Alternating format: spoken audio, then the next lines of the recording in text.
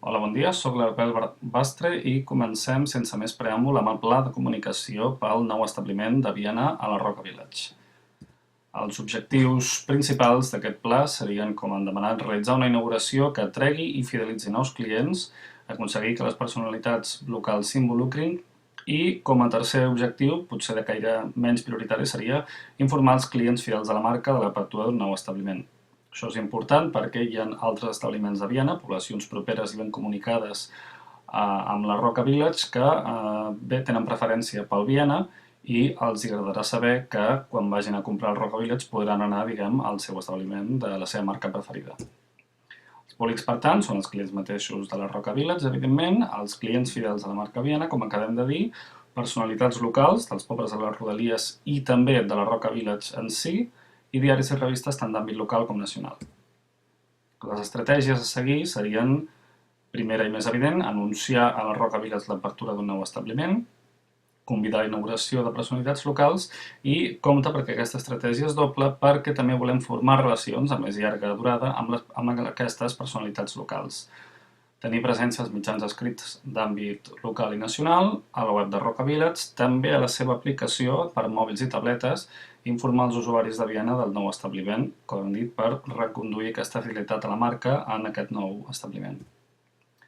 Els missatges claus, per tant, serien el mateix eslògan de Viena, per menjar bé, bo i ràpid, aquest seria de caire més implícit, i després tenim dos, per dir-ho així, ganxos comercials, que serien un Viena més a mà i el millor entrepà del món. Ara expliquem com utilitzem tots aquests missatges. Les tècniques, l'evident que vostès han demanat, seria llogar espais publicitaris a la Roca Village, com ara, per exemple, cartells, i després hi hauria el que són accions on the spot, accions al moment, el mateix dia de la inauguració. Per una banda tindríem hostesses pel matí amb flyers i mostres, per exemple, de croissants. Aquí és on jugaríem una mica l'eslògan d'un Viena més a mà. D'aquesta manera, la gent que passés pel costat de les hostesses, que podrien estar en plates oferint croissants o el que sigui, podrien agafar, literalment, més a mà una petita mostra, i amb aquesta mostra hauria de venir un petit material gràfic que expliqués una mica la inauguració, el nou establiment, etc.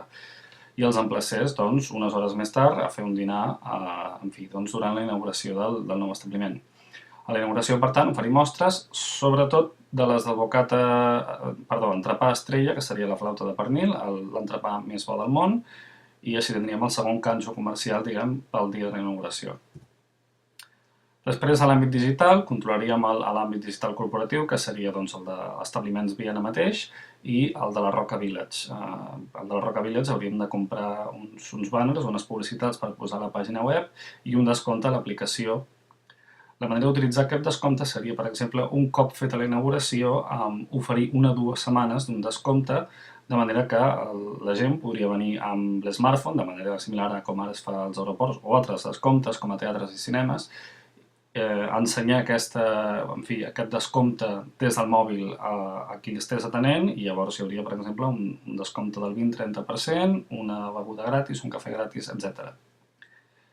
I això, crear banners i un article de qualitat a la web del Viena que repassés una mica la història, missió, visió i valors de Viena, el seu historial d'establiments oberts i, informació, diguem, prou detallada d'aquesta última inauguració d'aquest nou establiment.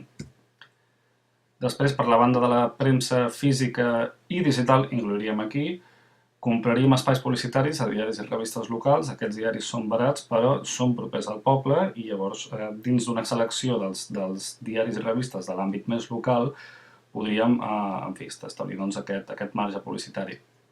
Després hi ha comunicats de premsa detallats que anirien de cara als diaris, també locals, però també nacionals, com veuen aquí, Periódico Vanguardia, també Time Out i altres magazins, diguem, d'àmbit més cultural. Aquí tenen una llista, diguem, d'uns 12-15 diaris i revistes locals. Es poden ampliar, però aquests tenen tant versió digital com física, la majoria d'ells, si més no. I ja aquest seria, diguem, tota la feina a fer. El termini per fer-la seria a 1er de maig, la publicació d'anuncis, a mitjans de maig l'enviament d'invitacions a aquestes personalitats assenyalades, el 20 de maig, publicació d'anuncis recordatoris. No caldria en el cas de les revistes locals, perquè es compren espais publicitaris per un mes, sinó que caldria més de cara o mitjans més grans, com Vanguardia i Periódico, o també el propi espai web i físic de la Roca, perquè evidentment serà més car.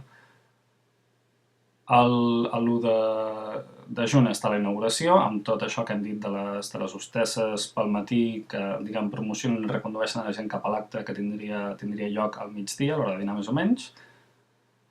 El dia següent ja podríem començar a aplicar el descompte de l'aplicació de Roca Village i el dia 7, més o menys deixant passar una setmana des de la inauguració, enviaríem descomptes a personalitats perquè, de manera, diguem, prolongada en el temps, 1, 2 o 3 mesos fins i tot, poguessin tenir algun tipus d'oferta. Això ens interessa perquè si la gent, diguem, de les localitats del voltant veuen, per dir alguna cosa, a l'alcalde o a l'artista local dinant a la terrassa d'Albiena, doncs la imatge, diguem, el vincle emocional que la gent, bueno, com la gent es vincula amb els seus, diguem, líders, doncs ajudaria molt a la imatge d'aquest nou establiment.